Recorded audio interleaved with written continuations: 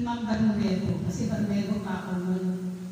So, thank God na with how many decades, because of the social media, FB, ang first contact ni Tito Wayne, yung aking anak, gabi yun.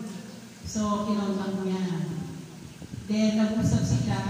Yun yung first time na nagkakausap kami sa social media. May phone. So, we are planning to see each other when I was still teaching in UST.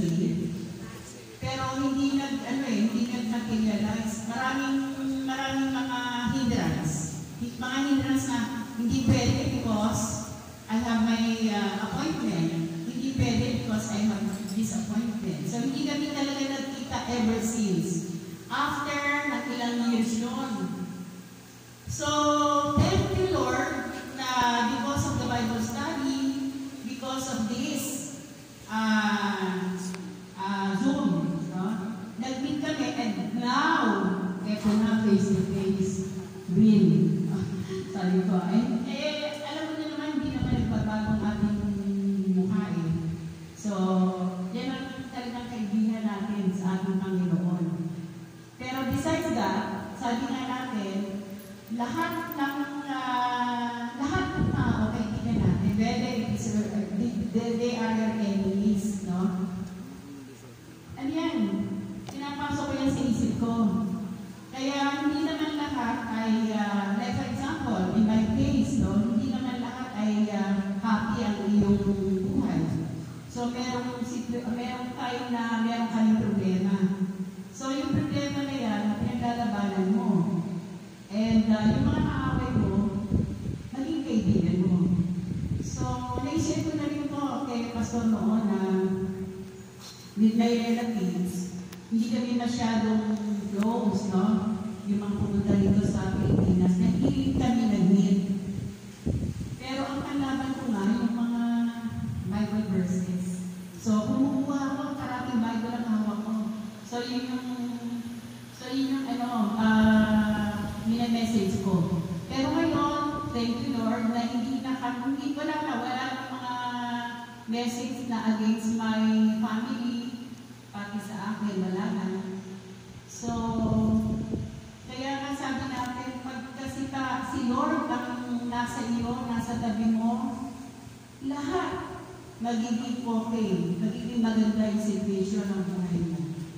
Sa daughter ko, sa asawa ko, sa mga apo ko, lahat na eh, pati sa mga kapatid ko. Yan. Kasi nga, kapatid, ang mga ako, pagka nagsabi sa kanila, ano kagad yan eh, sunod kagad, wala nang tanggi. Kung meron silang pupuntahan, susunod at susunod yan. Ito nga, hindi ko na-invite yung galing sa Laguna. Siguro kung na-invite ko yun, dadaling at dadaling yun dito. Sabi niya kanina, ate, nandiyan ka na ba sa inyo? Oo, nandito na. Kasi masyado ako busy, marami ang ginagawa. Nandito na. So, linggo pa kami nandito. Kung sayang, kung maaga kitang na-invite, nandito ka rin. From Laguna yun. From Laguna yung kapatid ko. Kaya, salamat po sa inyong lahat. Kay Jeff, kay DJ, isa-isa niyo po kayo, may lalaki kayo lahat. Sister Nida, si Pastor Alex, si Sister Dali, Mercedita, si Sister Janet, si Brother Joel, si Sister Lulu, si Sister Lolita. Sabi ko kanina, pagdating nila, ang gaganda nila lahat ha. Si Sister Linda, ang aking, pinalabas ko na ang aking tsahe na isa na lang siya nabubuhay, wala na kapatid. 82 years old. Ang aking tsahe ngayon. Siya po. Ang asawa ni June. Yan. Yung magalit kong hipag.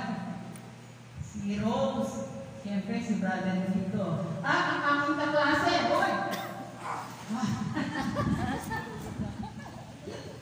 Nagkakabulan po kami yan nung elementary. Suntuan po kami. Ayan. Ayan, nagkita kami.